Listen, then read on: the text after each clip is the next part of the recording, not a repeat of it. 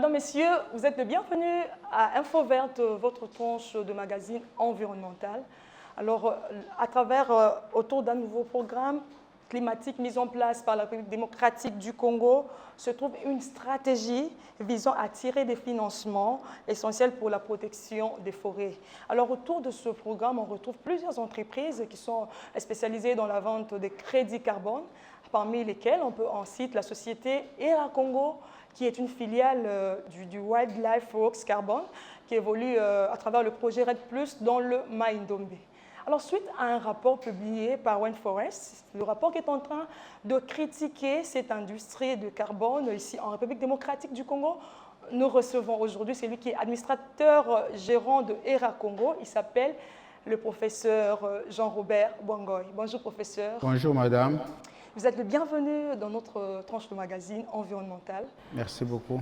Professeur, vous êtes gérant de ERA Congo depuis plusieurs années dans les Mai-Ndombe. Est-ce que vous pouvez nous dire aujourd'hui l'état actuel d'avancement de ce que vous faites à travers votre projet RED+, dans les Mai-Ndombe? Bon, d'abord, il faut dire que le projet RED+, Mai-Ndombe RED+, a donné beaucoup plus que ce que nous avons nous-mêmes espéré au départ. Bon, donc nous croyons que la monétisation justement des crédits carbone devait amener des bénéfices importants pour les communautés, et c'est ce que nous avons aujourd'hui. D'abord, il faut savoir que l'idée m'était venue déjà en 1999, lors de mon tout premier voyage dans le Mai-Ndombe. Parce que, bon, vous êtes de là, vous êtes de Mai-Ndombe aussi, hein? Oui, ma maman est de Mai-Ndombe, justement, mais je n'ai jamais été au Mai-Ndombe jusqu'en 99, sauf quand je venais, j'étais enfant. Je venais avec mes grands-parents, mais j'étais encore enfant, donc pas beaucoup de grands souvenirs. Peut-être une fois, souvenir de la pêche sur le lac.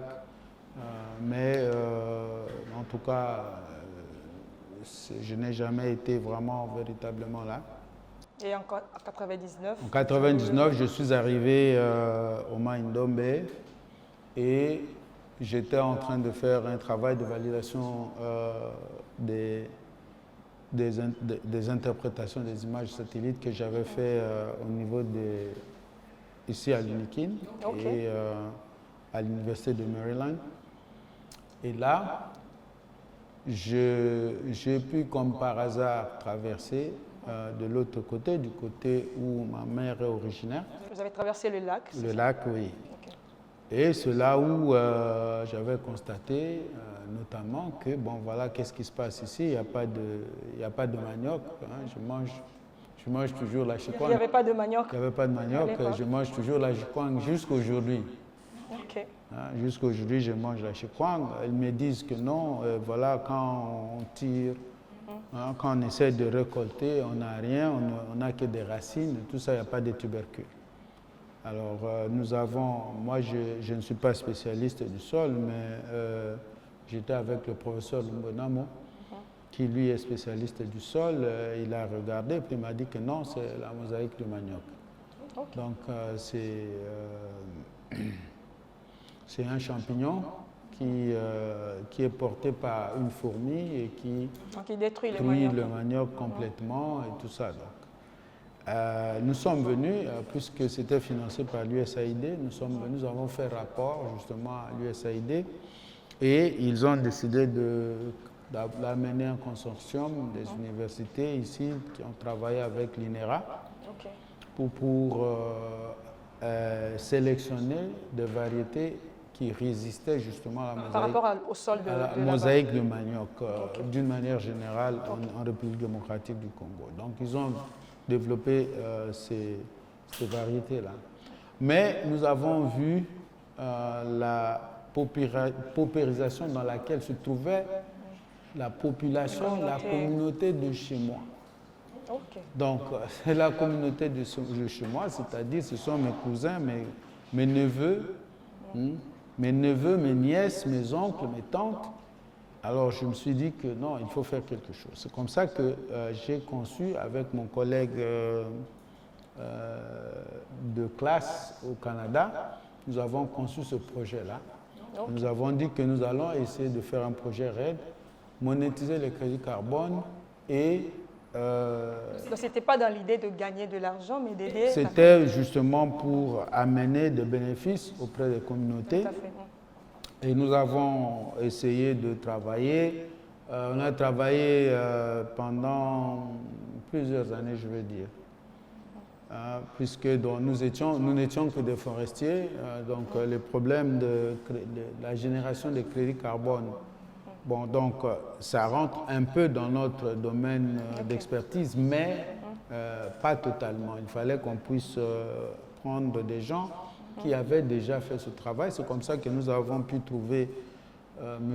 Konchiski qui avait déjà des crédits carbone au Kenya. Okay. Alors je l'ai appelé moi-même et je lui ai dit, écoute M. Konchiski, qu'est-ce que tu penses? Que tu peux venir t'associer à nous pour un projet de crédit carbone en RDC. Ben voilà comment c'est parti. Il a accepté, nous avons fait un premier voyage, nous avons vu que les enfants étudiaient sous les feuilles de rameaux, que justement le problème le problème de manioc, du manioc continuait et j'en passe. Et là, nous avons vu que c'était un milieu vraiment approprié pour que nous puissions aller vers le développement et montrer qu'il n'y a pas une dualité, il n'y a pas une opposition entre développement et conservation. Okay. Que nous allons inviter la population à conserver les forêts. En même temps, nous serons capables de produire des crédits carbone que nous allons vendre sur le marché. À l'époque, on avait une société allemande qui s'était présentée comme cliente pour ça, pour acheter les crédits. Et donc, cette société a préfinancé nos activités à travers une société canadienne. Ça, c'est déjà en quelle année? Ça, c'est... Donc, nous avons commencé sur le terrain vraiment en 2008. De 2008 jusqu'à 2011, c'est là où on était en train de négocier avec le ministère de l'Environnement et avec les communautés locales, obtenir les clips et tout ça. Donc, nous avons finalement réussi à obtenir la signature du projet en 2011 et c'est en ce moment-là que nous avons commencé. En bonne et due forme. Bien sûr. Bien sûr. Et je me souviens d'ailleurs en 2011, lorsque nous étions en train d'attendre la vérification, donc la validation déjà, la vérification en décembre 2012, nous étions à Doha, à la COP de Doha, et il y avait justement un agent de Rainforest, parce qu'on parle de Rainforest aujourd'hui. Il y a un agent de Rainforest qui vient voir M. Mike Konchiski, qui était alors devenu mon patron, parce que nous leur avons vendu tous les... Non, nous avons vendu les actions que nous avions mis dans le projet, sauf les 10% que j'ai gardés. Et la dame vient voir M. Konchiski, il dit M. Konchiski, nous avons une nouvelle qui vient du terrain au Maïndombe. Elle dit oui, bon, c'est quelle nouvelle? Il dit mais il paraîtrait que vous avez un agent là au Maïndombe qui s'appelle M. Jean Robert. Tu parlais ironiquement ou comment? Non, il parlait clairement là, il disait à Mike que vous avez un agent qui s'appelle M. Jean Robert qui est là au Maïndombe, qui gère votre projet au Maïndombe. Et on nous a dit qu'il n'a pas organisé le clip. Il n'a pas organisé le clip, il est allé s'enfermer avec son beau-père dans une maison. Et il s'est organisé, il était avec son beau-père dans une maison, ils ont rempli tous les documents du clip et tout ça qu'ils vous ont envoyé. Alors Mike la regarde et dit, vous connaissez M. Jean Robert? Il dit non, je ne le connais pas. C'est lui, M. Jean Robert. Là, il est surpris. Elle était surprise et je lui ai dit, bon, madame... ah, c'est une dame. Hein. Oui, je lui ai dit, madame, je ne sais pas de quel beau-père vous parlez. Mon beau-père était mort en 1978. mon beau-père était mort en 1978. Alors, je ne sais pas avec quel beau-père, peut-être dans son cimetière, on s'est enfermé pour faire ce que vous venez de dire. Ah non, non, non, non, vous savez, ce pasteur, vous connaissez pasteur Mathieu, c'est lui qui nous a dit ça. J'ai dit, bon, je ne pense pas que pasteur Mathieu peut vous dire ça parce que lui, il est marié à ma cousine. Vous avez des relations avec, vous avez des relations avec le pasteur Mathieu? Oui, il est marié à ma cousine. On a grandi ensemble au village et il sait que mon beau-père est mort en 1978. Donc, il ne peut pas dire que j'ai... C'était inventé de tout. Voilà, donc... alors, lorsque je suis revenu, là, j'ai demandé à Mathieu, mais qu'est-ce qui se passe? Tu disais que... Il paraît que tu disais que je n'avais pas fait de clip et que j'ai fait avec mon beau-père, mais tu sais que le papa de Chantal est décédé depuis 1978. Alors, il dit, écoute, moi, je n'ai jamais dit ça. Et la dame m'avait d'ailleurs promis de m'envoyer un document, une lettre écrite par pasteur Mathieu, mais il n'a jamais envoyé, il n'a jamais montré cette lettre. Alors, depuis ce temps, vous avez évolué, et jusqu'à aujourd'hui? Oui, nous avons effectivement évolué difficilement, parce que, donc, vous savez, je viens de vous dire que nous sommes des forestiers, donc on a pris l'expertise de Mike qui avait travaillé au Kenya. Il y a Jérémy qui a eu beaucoup d'expérience. Et donc, on s'est mis ensemble avec Jérémy et on a fait ce travail-là. D'ailleurs, les résultats des inventaires font partie du troisième chapitre de ma thèse de doctorat. Donc, où j'avais comparé les forêts marécageuses, donc le bois, donc le stock de bois des forêts marécageuses et le stock de bois sur terre ferme. Donc, c'était exceptionnel. Nous avons produit des crédits, mais nous n'avions pas de clients. Et alors? On n'avait pas de clients. Jusqu'à présent? Oui, jusqu'à présent, bon. Jusqu'à présent, un peu, oui. Nous avons bazardé les crédits carbone auprès d'une banque, d'ailleurs en Afrique du Sud, même à $2 la tonne. Il n'y avait pas de clients sur le marché volontaire. Et nous avons évolué de cette manière-là jusqu'en 2015 où pratiquement nous avions failli fermer. Ah bon? Oui. Et heureusement que nous avons emprunté auprès d'une grande entreprise internationale et qui a été très très gentil avec nous. Et nous avons pu survivre pendant une période jusqu'à ce que le marché a été ouvert en 2021, je pense, et nous avons vendu une grande quantité. Alors si on aura le temps, on peut revenir sur le marché et essayer un peu de parler. Professeur, nous revenons un peu sur la thématique, c'est le rapport de Rainforest. Alors le rapport a relevé des irrégularités par rapport à l'attribution des concessions. Mais à vous entendre, vous avez déjà relaté comment vous avez commencé. Vous pouvez quand même dire un mot par rapport à ça, par rapport à l'irrégularité? Bon, voilà, donc je suis un peu triste de voir que des collègues ne se maintiennent pas au standard d'honnêteté qui est exigé par la science. Mais pourquoi arriver jusqu'à ce point? Bon, c'est une question d'intérêt, vous comprenez, c'est une question d'intérêt. Je vais vous donner des exemples.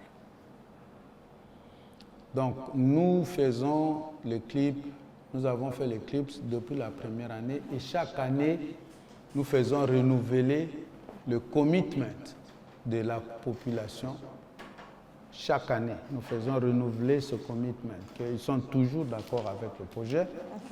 Je vais vous donner accès à nos archives ici et vous allez voir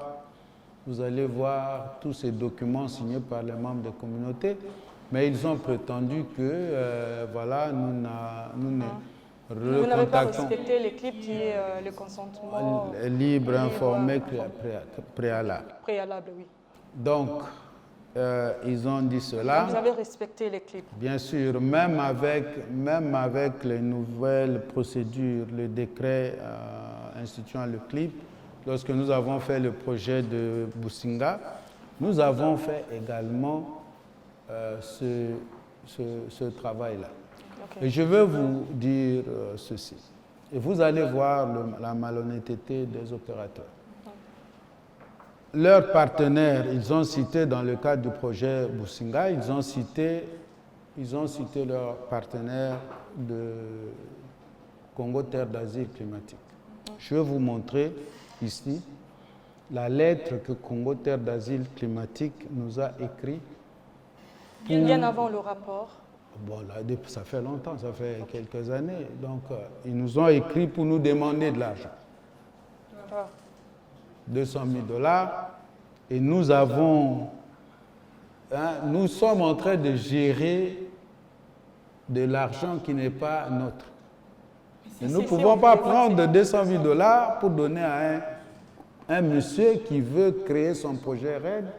Il a besoin que nous puissions lui remettre comme ça en cash 200 000 $. Je sais que vous en avez beaucoup. Nous étions en train de réfléchir et nous avons dit que non, ça ne se fait pas. Nous essayons de voir. Nous pouvons vous aider. Nous pouvons vous aider à mettre en place votre projet RAID. Mais de là à dire que nous allons faire des déboursements de cash de 200 000 $ pour vous, c'est difficile. Bon, quand ils ont attendu longtemps sans avoir de réponse, ils sont allés contacter la DENU, l'Association pour le développement de Nord-Ubangi, l'association culturelle Mbia. Ils les ont contactés pour qu'ils disent que voilà, nous n'avons pas fait correctement le travail. Et ça, c'est un des partenaires de Rainforest. Et ça, je vous dis, je vais vous donner les documents. Et nous mettrons ces documents-là aussi à la disposition de toute la communauté sur le web et partout pour qu'ils puissent voir quel genre d'organisation travaille avec Rainforest dans ce genre d'activité-là. Voilà. Et le rapport a relevé aussi qu'il y a des conflits, des préjudices sociaux, le conflit entre communautés. Je n'ai pas vu, nous sommes en train de travailler dans le Maïndombe depuis longtemps. Nous savons que Rainforest notamment, ou un agent de Rainforest a travaillé pour créer des conflits, notamment entre deux villages, Ilé et Mankaba, autour de la succession cheval. Nous ne nous ingérons pas dans les droits de succession des communautés. Vous voyez, ce sont des choses qui se sont passées il y a plusieurs années et de bonne manière, et nous n'intervenons pas dans ce genre de choses. Mais eux, ils interviennent pour créer des conflits. Vous savez que les conflits à Mbandaka entre les Pygmées et les Bantous, ce ne sont pas les sociétés RAID+ qui ont créé. Vous savez, c'était Greenpeace qui a créé. Il y a des lettres du gouverneur, des lettres de toutes les autorités, du Conseil de sécurité provincial et tout ça, qui ont montré que, en réalité, c'est Greenpeace qui avait créé ce conflit en allant opposer les Pygmées, les populations autochtones Pygmées, contre les populations Bantoues, pendant qu'ils ont vécu pendant longtemps. Donc, nous ne créons pas de conflits, ni dans l'utilisation des terres. Nous sommes des utilisateurs de terres. Nous ne sommes pas les propriétaires de terres. Okay. Ça, c'est ce que Rainforest ne présente pas les terres en République démocratique du Congo sont domanialisées. Okay. Donc, le sol, le sous-sol appartient à l'État. Oui. Et il donne des concessions, l'État rétrocède des concessions sur, disons, suivant des modalités qui sont prévues par la loi. Vous voyez? Et dans ces conditions, ils montrent ce que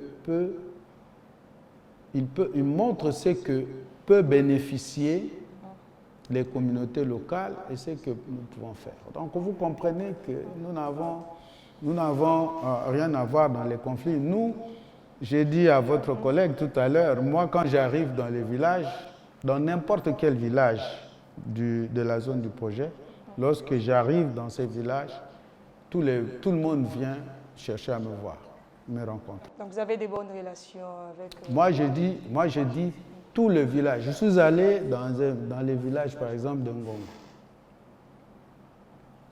C'est un grand village. On m'a arrêté à 3 km. Et nous avions des vérificateurs qui avaient le fameux rapport de Rainforest d'avant qui disait que les autorités du projet n'arrivent pas à Ngongo. Et les vérificateurs ont intentionnellement décidé que nous devrions aller à Ngongo. Et nous sommes arrivés à Ngongo. À 3 km du village, on a trouvé une barrière. Vous empêchant d'accéder. Nous empêchons d'aller avec les motos. Ils sont arrivés, ils ont dit descendez de moto. Nous allons partir, vous entrez en Ngongo à pied. Ah, là c'est une manière de vous accueillir. Oui, vous entrez en Ngongo à pied. Nous sommes entrés en Ngongo à pied. Je n'étais pas préparé, madame. Hein? Donc on est entré à pied en Ngongo. On a marché 3 km, on est arrivé au village de Ngongo. Et pour vous donner une idée, comme je n'étais pas préparé, j'ai sorti, j'étais avec, ma cousine était à côté, je lui ai dit, Sharon, je crois que si tu ne m'amènes pas des biscuits, je vais faire une hypoglycémie. Hein? Elle est allée chercher des biscuits pour... bon, je crois que je n'avais pas déjeuné. Hein? Je me suis dit, on arrive là et puis Sharon a préparé quelque chose, tout ça, on va aller manger. Mais la population a décidé autrement. On a beaucoup à dire, mais nous courons derrière les temps impartis. Professeur, j'avais une question. Je dis, le rapport a relevé aussi qu'il existe peu de preuves par rapport des preuves d'avantages concrets pour les populations. Essayez un peu de nous relater qu'est-ce que ERA a fait là-bas. Nous avons déjà été une fois, mais j'aimerais que vous puissiez encore nous le dire. Bon, on a vu des centres de santé, on a vu des forages, on a vu les écoles. C'est ça que je vous demande. Qu'est-ce qu'on veut qu'on amène apporte comme preuve? Nous, lorsque nous sommes arrivés, il y avait 2 écoles qui ont été construites par la SOFORMA dans toute la zone, avec des matériaux locaux, c'est-à-dire en briques en daube, ils ont mis des tôles, presque pratiquement des tôles de clôture. C'est tout ce que nous avons trouvé. Dans quel village? Là, c'était au village de Mpatambalou et de Kesenge. Oui, il y avait Kesenge, Ibali et Mpatambalou, 3 écoles. Vous voyez? Nous sommes arrivés, nous avons construit aujourd'hui, finalisé 25. En construction, 6. Vous voyez? Donc, aujourd'hui, ce que nous faisons, nous sommes en train de faire la course contre l'Église catholique. Parce que c'est l'Église catholique qui a construit le plus d'écoles en RDC. Donc, nous sommes en train de faire la course contre l'Église catholique. Au moins, dans notre zone de travail, nous les avons battus. Nous sommes allés voir d'ailleurs les catholiques pour dire, bon, donnez-nous la liste de vos écoles pour que nous puissions construire dans nos villages. Vous voyez? Moi, je suis un insatisfait. Je dis toujours que je suis un insatisfait. Mais il faut dire que nous avons déjà fait beaucoup. Et nous avons construit des écoles. Il n'y a que Rainforest qui n'a pas des yeux pour voir ce que nous avons fait. hein, et ils n'ont pas des yeux pour voir. Mais dans le rapport, vous allez voir que quelque part, ils reconnaissent que dans les 3 villages qu'ils ont visités, ils ont vu 3 écoles. Et que dans ces 3 écoles-là, ils disent que par-ci, il n'y a pas de plafond, par-là, il n'y a pas de bureau. Mais aujourd'hui, je peux vous dire que toutes ces écoles-là sont finalisées complètement, plafond, bureau et tout.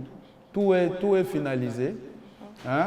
Je crois qu'ils ont même déjà amené des bancs parce que nous amenons les choses progressivement. Nous donnons des uniformes à tous les enfants. Nous payons les salaires de tous les enseignants non payés, non mécanisés. Vous avez été dans les villages, vous avez rencontré les gens. Hein, sans moi, hein, j'avais intentionnellement évité d'aller avec vous pour qu'on ne puisse pas dire que voilà, les journalistes, hein, il a préparé des gens dans les villages et tout ça.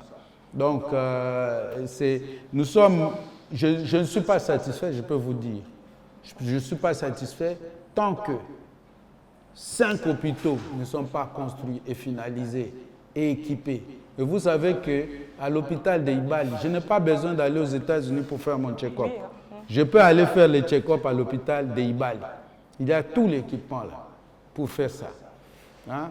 Il y a aussi un personnel qualifié pour utiliser ça. Bien sûr, nous avons pris un médecin ici à Kinshasa que nous avons envoyé au village et qui est payé très cher. Il est payé 3-4 fois plus que ses collègues de Mamaye. Et c'est pour ça, c'est pour le motiver d'être au village. Vous comprenez? Donc moi je suis un peu américain. Hein? Donc si vous voulez avoir un bon doyen de votre faculté de médecine, vous devez les payer presque autant que les recteurs de l'université. Vous voyez? Et c'est ce que je fais. Donc vous voulez avoir un bon médecin, vous le payez hein, autant que vous payez les gens à Kinshasa ou plus pour qu'ils puissent travailler pour la communauté locale. Nous passons à la rubrique interprète.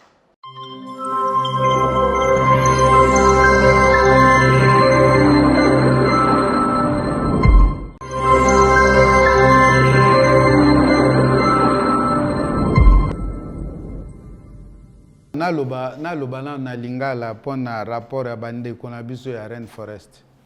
Oyebi bandeko ya Rainforest bango nde basalaki forage ya Ibali wana oyo tobengaka na epa na biso tobengaka ngo ya foko-foko. Forage ya foko-foko wana esalaki musalaka ya 3 semaines ebimisa ema pendant 3 semaines ekufi. Depuis pe ekufaki bakendeki. Toyebi te mpo baya kozala forage wana bazwaki mbongo combien? Toyebi te. Alors bango baye koloba ke bitelo nyonso oyo biso tozotonga kuna bango bamonaki yango te. Na nsima mpe balobi ke non bamonaki bitelo wana me mosusu eza na plafond te, mosusu eza na nsima te, mosusu eza na me bamonaki meme biloko oyo biso totonga te. Na mboka lokola Bobola Mpinga bakomi na rapport na bango ke na Bobola Mpinga totonga hôpital mais hôpital yango esila te. Na Bobola Mpinga ata mutu moko atonga hôpital aza te. Ni biso totonga hôpital te. Nyonso wana eza ba invention bavandi kuna imagination na bango lokola COP 30 ezoya. Il faut ba inventer batia rapport na makambo ya lokuta. Biso tozo sala musala. Toza kosala musala wana pona bango te. Tozo sala musala pona communauté. Et toyebi ke communauté aza na mbongo oyo misala na ye eko continuer. Donc to continuer misala ya communauté ba école siko tozo tonga to silisana na école moko na mboka. Wane kokokisa makambo nyonso oyo tosalaki na kati ya cahier de charge. Après to bandeli net siko na mboka lokola Selenge au lieu to tonga école moko nde to lobaki to tongi misatu. Siko to ko bandela to tonga mibale misatu na bamboka en fonction ya nombre ya bana otoza na bango. Objectif na biso ezali boyeke bana na biso batanga kelasi. soki batangi kelasi bakotika kokende obebisa zamba to bamama na biso baproduire kwanga kwanga te oyo eliamaki na mosaïque topesi bango kwanga ntembe ya kitoko ya euti na inera kaka bantembe wana ezoproduire 10 fois plus ke oyo bango basalaka soki okende na bamboka lelo okokuta otudi fufu ezali awa bamemeli yo kwanga ezali awa bamemeli yo na bamboka nyonso wana e tozotravaille na bacommunauté wana pour que tobatela zamba tozwa mpe mbano ndenge na prometaki bango na mokolo ya liboso tokendeki kosolola mpenza na bango toyebisaki bango ke tokobatela zamba mpe tozwa mbano ya oyo biso tozobatela zamba wana tokosenga batu balongwa na poto te mpo baya kobatela zamba na biso.